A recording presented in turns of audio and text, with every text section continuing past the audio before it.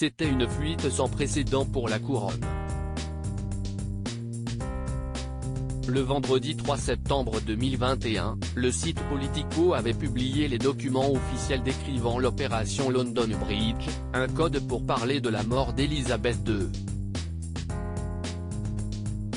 On connaissait déjà quelques détails sur ce jour funeste, notamment le fait que le Premier ministre serait alerté par un appel téléphonique d'un fonctionnaire lui disant London Bridge est en panne, ou encore que l'annonce officielle doit se faire par le biais d'un flash presse association.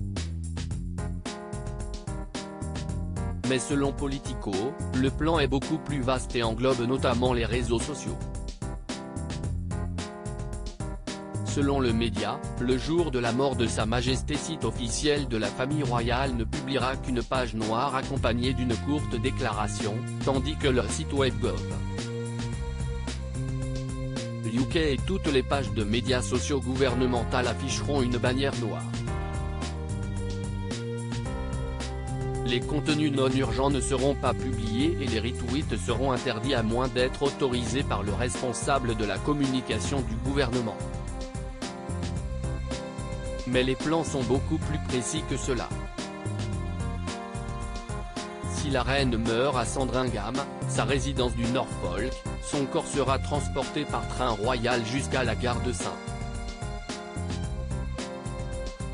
Pancras à Londres, où son cercueil sera accueilli par le Premier ministre et les ministres du cabinet. Si elle décède à Balmoral en Écosse, l'opération Unicorn sera alors activée, ce qui signifie que son corps sera transporté à Londres par train royal si possible. Sinon, l'opération Overstudy sera déclenchée, ce qui signifie que le cercueil sera transféré par avion. Une fois à Londres, les documents officiels prévoient que le cercueil de la reine soit emmené en procession du palais de Buckingham au palais de Westminster, où il reposera sur une boîte surélevée, qui sera ouverte au public 23 heures par jour pendant 3 jours. Le palais outré de la fuite des données sur la mort d'Elisabeth II. Entre-temps, le prince Charles devra faire le tour du Royaume-Uni pendant plusieurs jours avant d'être couronné roi d'Angleterre. Le ministère des Affaires étrangères est chargé d'organiser les arrivées des chefs d'État et des personnalités de l'étranger avant les obsèques de Sa Majesté. Les funérailles nationales d'Elisabeth II auront lieu 10 jours après son décès et seront un jour de deuil national. Il y aura un service religieux dans la chapelle Saint-Georges du château de Windsor, et la reine sera enterrée dans la chapelle commémorative du roi George VI. Logiquement, la fuite de ces données ultra confidentielles a provoqué un vent de panique.